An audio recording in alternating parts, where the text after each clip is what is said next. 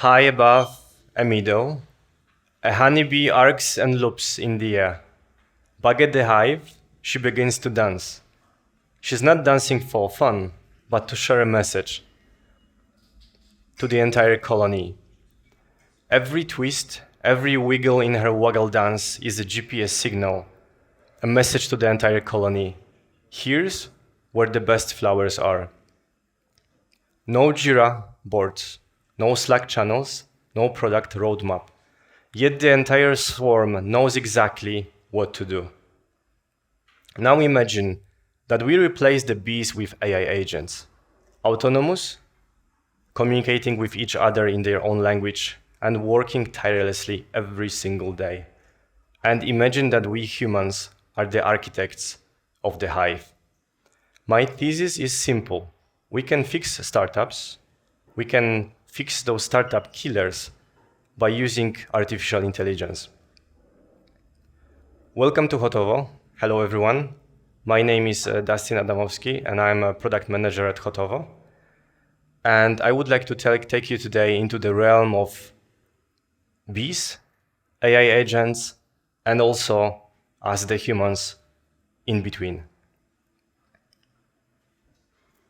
In my 10 years of civil engineer first and then a product manager, I've seen and contributed to the hives of different types, from very boutique startups like Third Web Studio to Digen initiatives in the crypto space like the Polacy NFT collection to big empires like WorldCoin or corporates, Jacobs Engineering.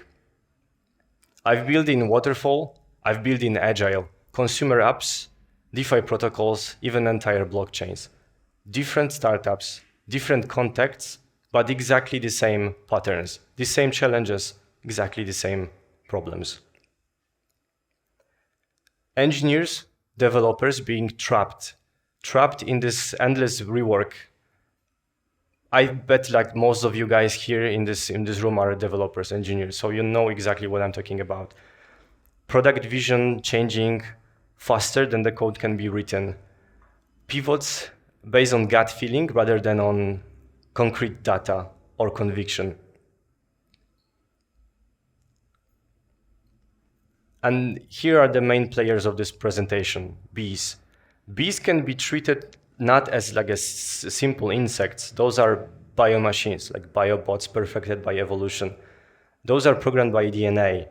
So their genetics is their code base that defines their function, from scouting, from research, to building hexagonal shapes, the most efficient structures in nature.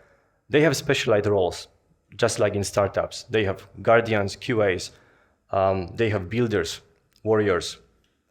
Those are living algorithms. It's like you just turn them on and they just work constantly, producing and having the best possible workflows in the world. They have own communication protocols, like waggle dances, like pheromones for broadcasting, and also they are adaptive and self-regulating. They self-regulate a temperature in a hive, and that's without a central server. If one falls, the system doesn't crash. They are not only nice, like tiny creatures, beautiful, but those we can treat as the perfect, optimized operational systems. And here comes the biomimicry. So the biomimicry is a concept that was commercialized in 1997. It's a concept based on learning from nature's time-tested, through of course evolution and millions or even billions of years, patterns, designs, structures. We take them to fix our issues, our human challenges. One of the most spectacular examples is this Shinkansen bullet train from Japan.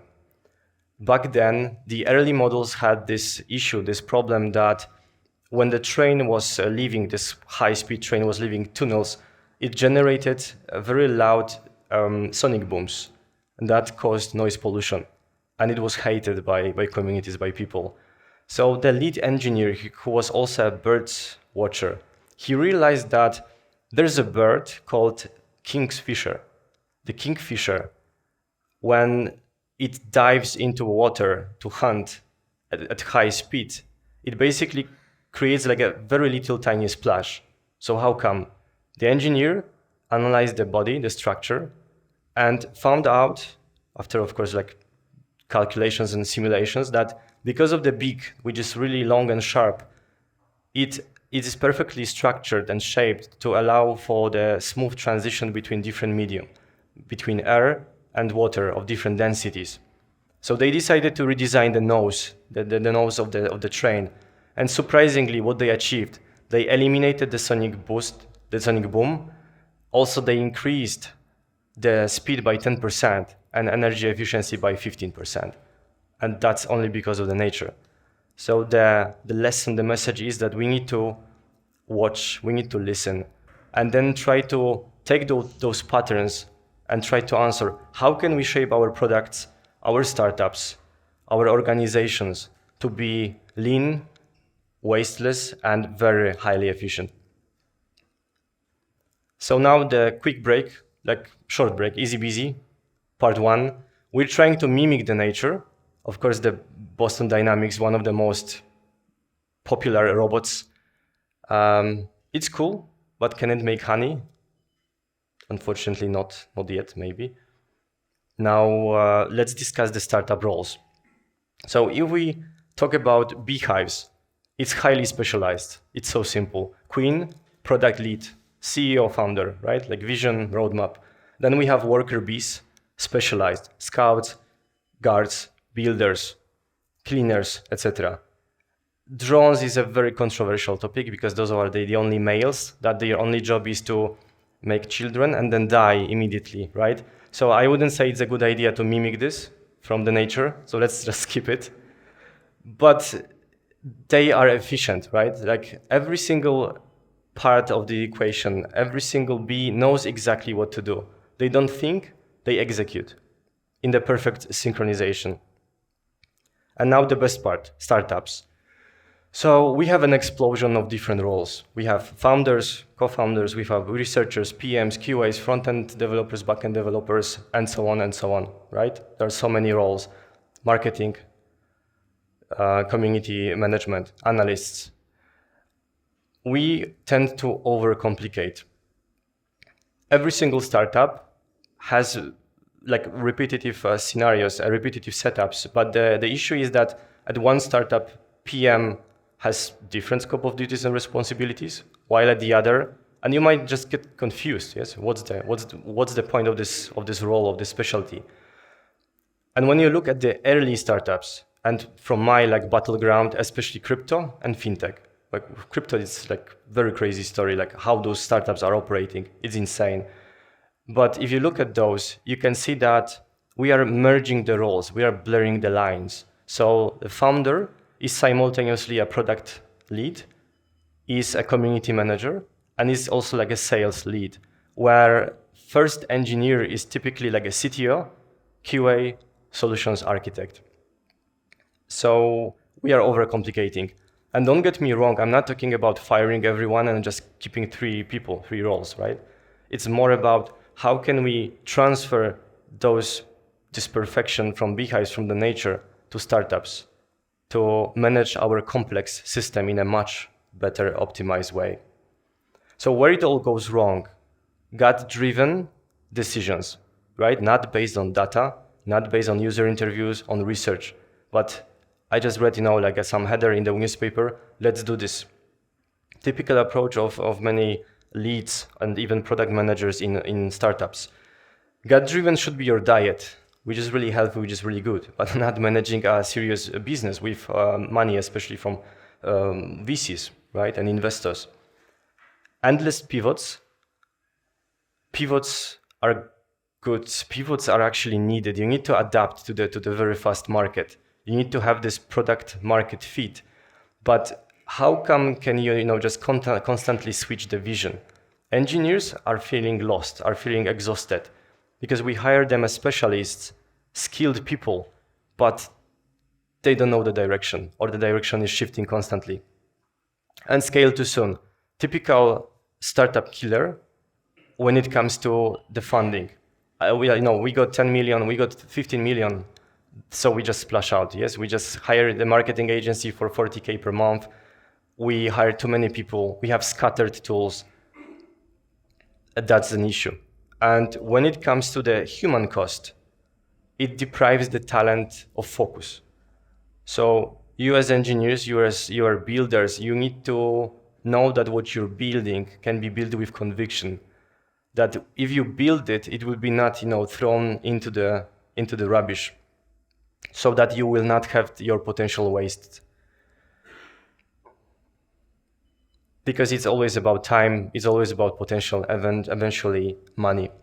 Also, the momentum is being handicapped. Instead of having this positive flywheel that you're accelerating on a solid foundation, you're actually having the reverse flywheel.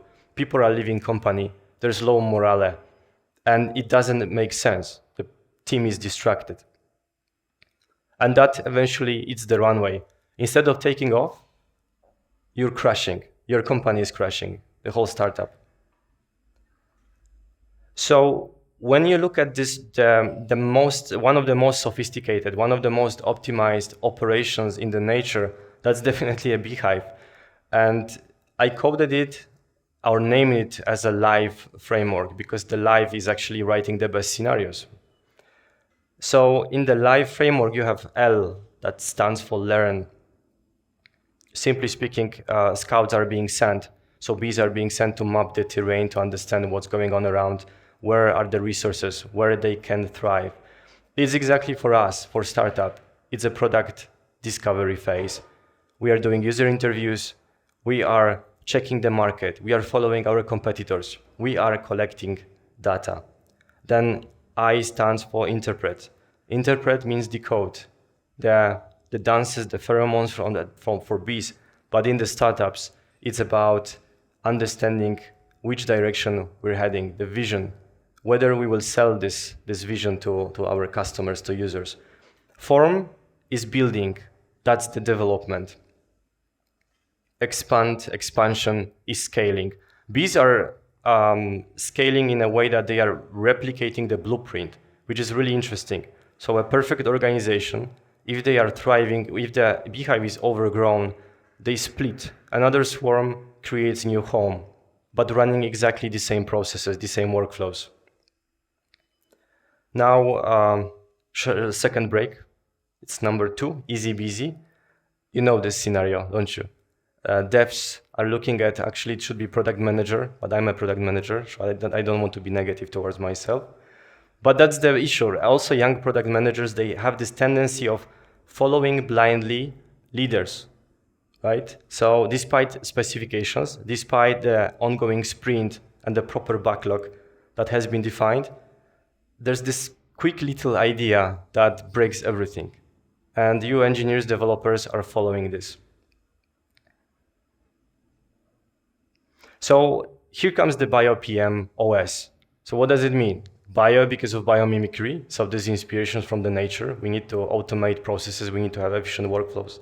PM because of the product management and operating systems. Now I will refer to what Vladi, the previous speaker, described. It's not about models. It's not about Google Gemini versus Claude versus ChatGPT. It's not about it. It's about operating system. It's about workflows. How you utilize those tools for your needs to get the best outcomes. And exactly the same as in Agile Manifesto, you have some principles. So I will not tell you any story. I will just read it. The whole point is to of the hivization of the startup. So to have one operating system, ideally run by AI agents, not scattered tools. Then it's inspired by biomimicry. You cannot negotiate, you cannot basically be against the nature, like 30 million of years of doing exactly the same constantly. It's worth replicating. AI agents as digital bees, all specialized.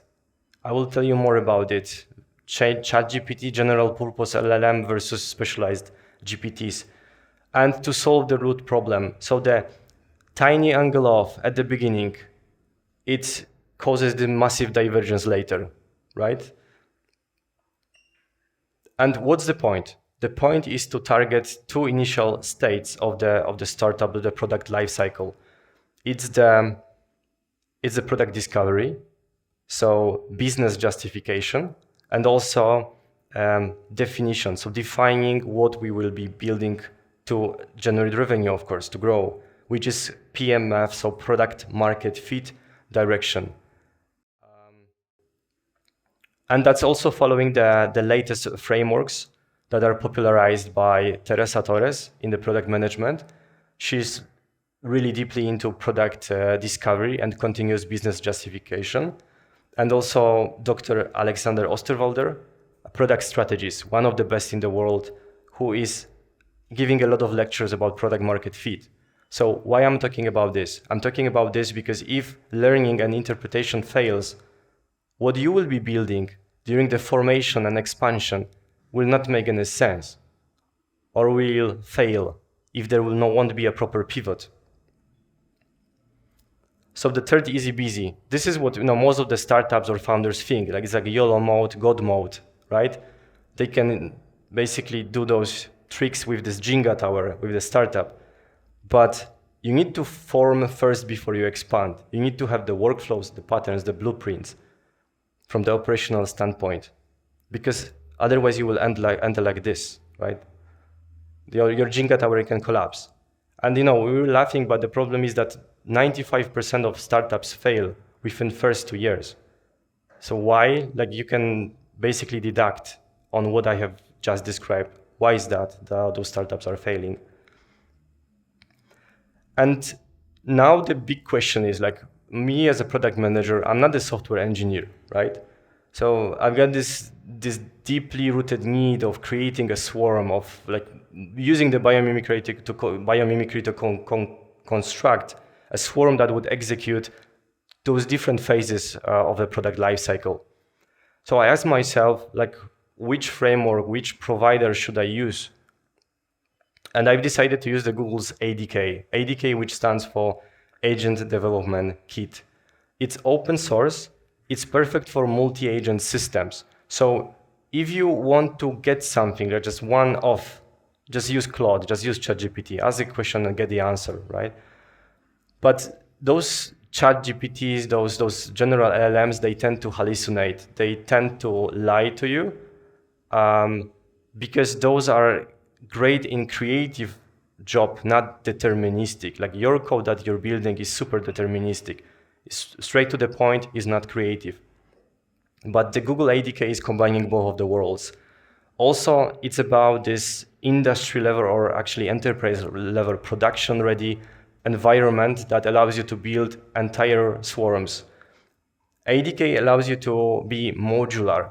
Modular in terms of if every single agent, like part of the swarm, you can treat as a microservice, self-contained microservice that you can design, test, and debug. Also, it's reusable. So if you set up a researcher, AI agent that is specialized in researching, you can reuse it. You can just take it out from one swarm to another swarm. So you can reuse those agents as, call them libraries. And model agnostic. You don't have to worry that my entire swarm has been built based on OpenAI on ChatGPT. Because if you don't like it, if you have a better alternative, you can just swap brains. Or inside your swarm, you can have agents that are running on Perplexity, because Perplexity is the best for research. You can have Gemini, you can have Claude for coding. And that can happen through the Light LLM, so the open source, I would say, adapter. Why it matters? Because the structure can be predictable. With ChatGPT, you have this black box. You ask something, and it gives you a response. It's not predictable. It hallucinates. And the issue is that we together can ask the same question, but the answers, the outputs will be completely different. And that's not proper. This is not something that you can use to build a proper startup, like workflows, operating systems. It has to be streamlined. There have to be processes, protocols. Plus, Google ADK also allows to equip agents with tools. For example, in the ADK, there is inbuilt Google search functionality. You can also use your own database, so that not only the swarm is using the data sets or the models actually, that the models that on the data sets that were trained on, but also those are grounded in the truth. They can search websites, they can access your database, they can also use your internal APIs from your company. That's the solution architecture from the high-level perspective. So the core components, you have the base agent. The base agent is a root agent, the orchestrator that is called, that is initiated when you are launching your swarm. The orchestrator manages in a sequence which agent is supposed to do what, and also moves output of one agent as an input for another agent. There's like a state session object that is shareable between agents, which is also perfect when it comes to the ADK capabilities. You have different types of agents, different classes. There is LLM agent, so single unit in a swarm. You also have workflow agents. You can create sequences, so sequential agents. It means that once one agent completes task, this agent's output becomes input for another agent, and so on and so on. Parallel agents, it's like a sub-swarm of LLMs that are carrying out processes simultaneously. And once all of them in this parallel combination finalizes the work, it's considered as done. Loop agent is perfect for running the loops in iterations until your goal is achieved. For example, QA passed. With the Google ADKs, also the thing is that if you want to create a swarm from scratch, the problem is that you need to think about, okay, so what about the memory? What about error handling? That's the difficulty. This ADK comes with batteries included. Also, what is really powerful and empowering developers is the fact that it's like a local to cloud. So you can run your agents locally. There's a proper UI that is coming also from the ADK package. And if you're ready, you can ship to production. You can use Google Cloud, the environment called Vertex AI, which basically fulfills the issue of day 2. Because day 1 in software engineering, we know that it's easy to conceptualize. It's easy to create something on a testnet. But then you have the day 2. You need to move to production. You need to sell, you need to handle real users and real payments. ADK comes with everything, even with monitoring, even with logs and uptime tracking. Then the limitations. It's not easy. It's not just one line that you drop and you activate a swarm or you create it. You need to understand the logic. You need to understand the structure. Plus, this is great for complex architectures, not single-shot use cases. For single-shot use cases, you go to Claude or ChatGPT. And now time for a quick demo.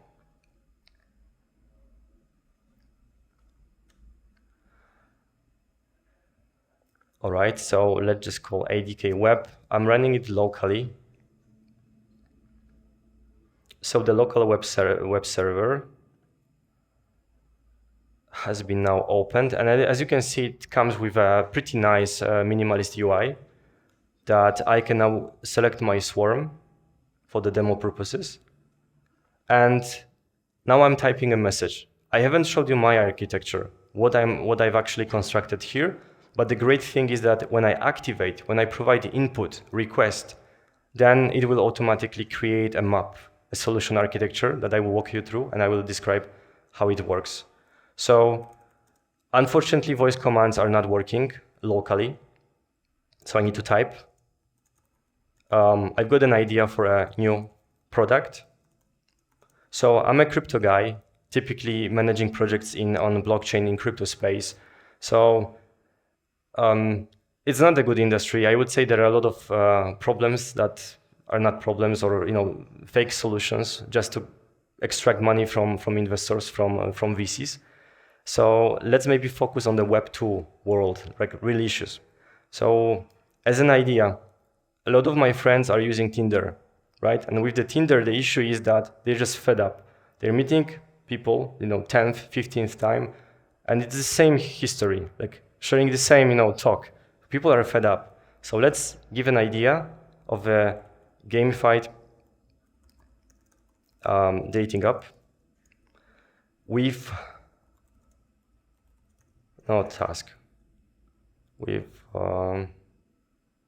let's say with social, it can be social tasks to bring people closer together.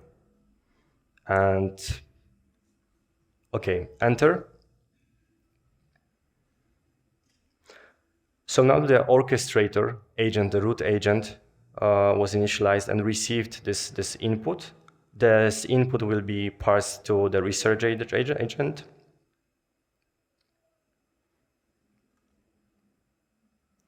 So it takes a little bit of time.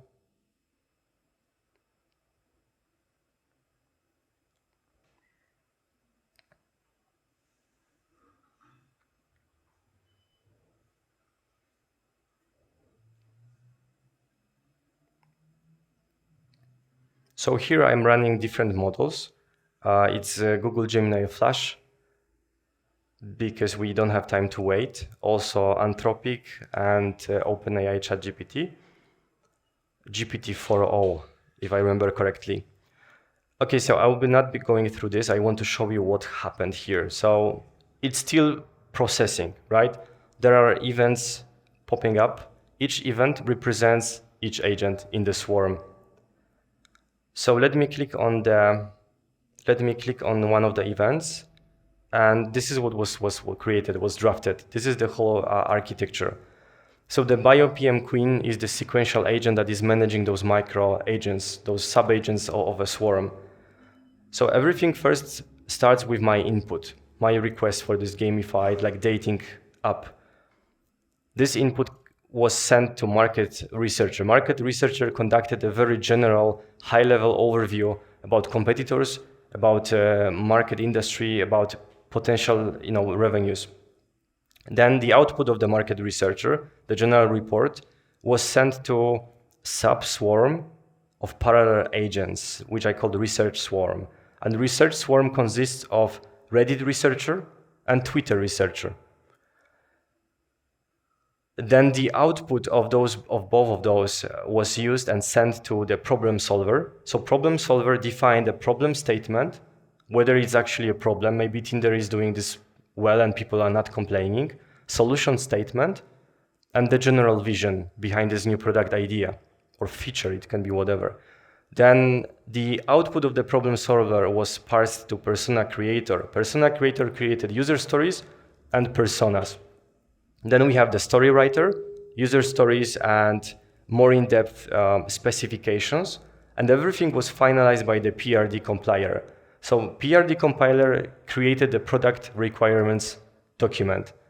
So the full spectrum comprehensive documentation that can be reviewed by product manager, and then, of course, optimized, and can be a perfect input for specifications, for defining what software engineers will be building. And here the market researcher was using the Google search tool that I called. Now, what can you do? I told you that you can debug, right? And that's also a high advantage. So for this specific event, I've got several parts. So you can see what the reasoning was behind this agent, right? You can see that, okay, this agent understood, provided the output. Then I can see which websites exactly this agent was crawling, was also checking, scraping for information with the titles, with the URIs. So there are a lot of pages here. And we also can see what kind of segments, so which users this agent defined and was looking for information for. Also in the request, you can see the instructions. So these are the system instructions that are coming from let's say, myself, and also the model that was used. So, and plus my input. So as you can see, there's like a full transparency. I can fine-tune, I can experiment, and when I'm ready, I can push to production, to the Google Cloud. So now let's go to, don't hate me, I'm a Windows user, but you will get the context. This is the strict structure that you need to follow, exactly like this. So you have the init file, you have env, agent.py, and instructions. So the two main files are agent.py. In the agent.py, we are importing from the Google ADK agents. So as I told you previously, we have three classes, right? LLM agent, so those singular specialized agents. We have parallel. In my case, that was the Twitter and Reddit researchers, and also sequential agent. The whole swarm is sequential. I'm also importing light LLM. Why? Because I want to be model agnostic. I'm also importing a tool, Google Search, because it's inbuilt in the ADK and it makes sense to just utilize it. There are also instructions. So instructions are living in a separate file. And the instructions are basically prompt and instructions for agents, how they should behave. There's a whole process. So my product management experience injected here inside, teaching and ordering those agents inside the swarm what to do. I'm also defining objects like Twitter model, Reddit model for the light LLM class using different models. By default, it's Gemini, but I also introduce OpenAI and Claude model. And then you have individual agents, object research agent with parameters such as name, model, tools, description, instruction, and output key. So in the ADK, one of the most critical aspects is to define the output key. As I told you, there's a shared session, right? So when you go to instructions and, for example, you define Twitter research agent, you are a social media analyst specializing in Twitter, blah, blah, blah, then there's a whole process that this agent should execute. The input is the output of the previous agent, right? So I'm referring to a specific state, and I need to explicitly name the general research report which is coming from the research agent, right? So this is how you build the sequence. Okay, so I define those agents. Then you have the parallel agent, which is a different class, and the parallel agent consists of two LLM agents, which are Twitter agent and Reddit agent. There's persona creator, there's story writer, PRD compiler, and at the end, you need to define the orchestrator, so the manager of the hive. You have BioPM OS, that's my own custom name, and you need to provide sub-agents that are building the entire swarm. This is the root agent, the BioPM orchestrator. All right, now back to the presentation.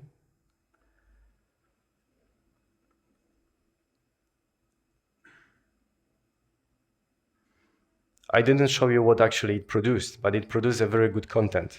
For me as a product manager, for a CEO, or for a lead, it basically followed the process, the structure, exactly what I wanted to see, not just playing the magic box with ChatGPT.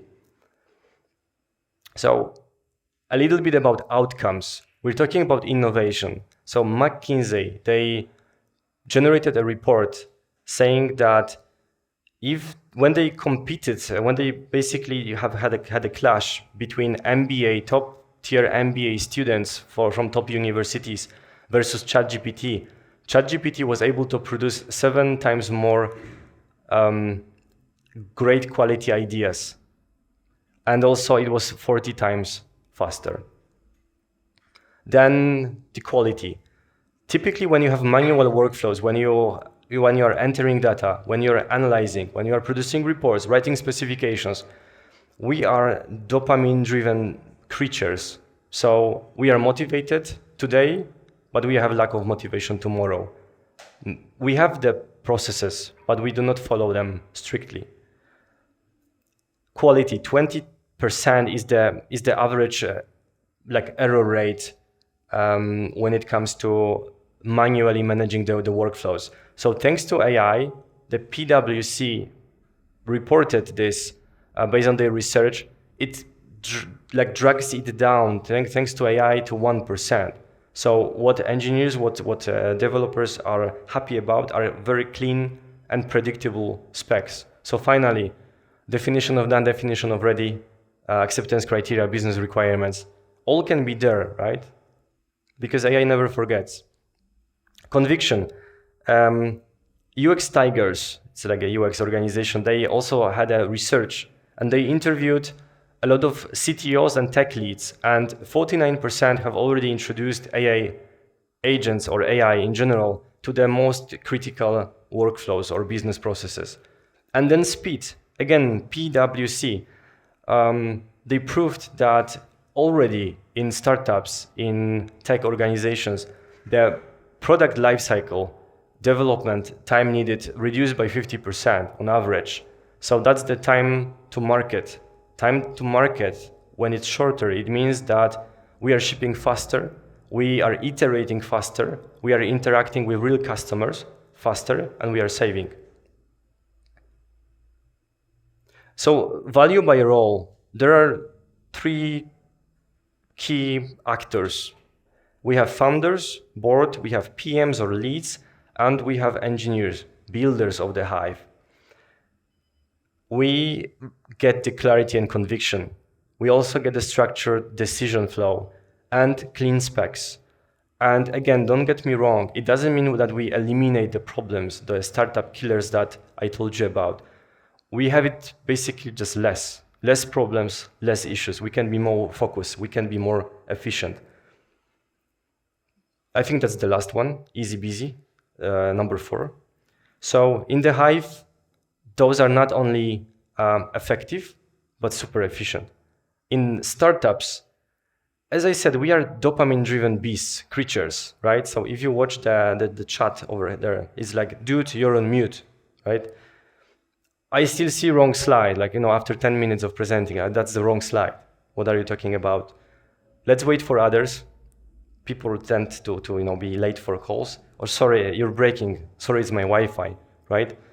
So those are the inefficiencies that we will always have, because that's the human factor. It gives fun, it's funny, of course, but if you want to be efficient, agents will not fail you, right? If you set up them properly, based on the ADK that I showed you, following strict rules, strict protocols, you can eliminate most of the inefficiencies. So what's next? The whole idea is to train it even further, to expand the swarm, to provide different databases, to provide different APIs, to make it more powerful, so that it can basically replicate weeks of work into hours or minutes. Last week, Mark Zuckerberg, he presented a new model of smart glasses, Hypernova, during the Meta 2025 Connect. He said, he basically described the vision of post-smartphone era. So we will be changing our smartphones for smart glasses. Then further in the future, we will be switching the smart glasses into lenses. So something that you have seen in the Minority Report with Tom Cruise or Anon with Clive Owen. But this is the future. Not using your hands, you will be just speaking. So my also idea is to test it, right? Like add the BioPM OS to those glasses, because those glasses are finally AI powered, driven by commands, voice commands, and finally those smart glasses have a real display, not only cameras. And that would be really great. Go for a coffee, talk to the BioPM, to the swarm, and swarm does entire job for you. Maybe even implement the loop agents, so that I've got one idea, but my swarm gives me 3 different outputs. Economical one, most aggressive one, so that finally, leaders, visionaries would be more efficient, would be not failing teams, would be not failing startups. Because that's a huge burden on their shoulders. We need to admit that. And my goal is also to document this, to release a guidebook describing the BioPM OS, because this presentation is just like a peak of an iceberg. There's more to that.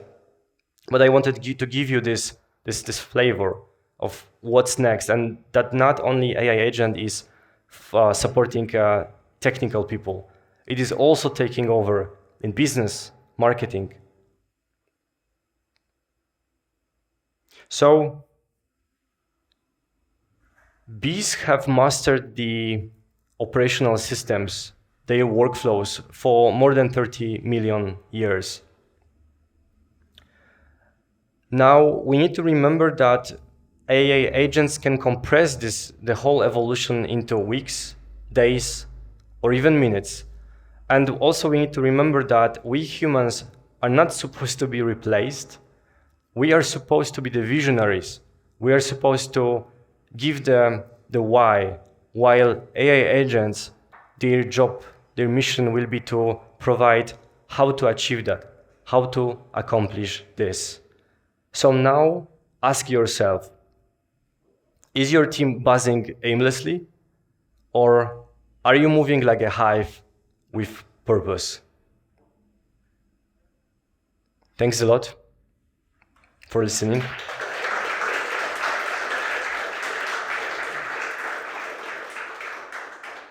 If you want to connect with me on LinkedIn, feel free to scan the QR code. You can ask questions. I can always discuss, brainstorm maybe some different ideas around AI agents, around swarms. I'll happily do that. And now I will just switch for the next slide, which is our branded one, much better. Thank you, and help us improve, but you will give more context.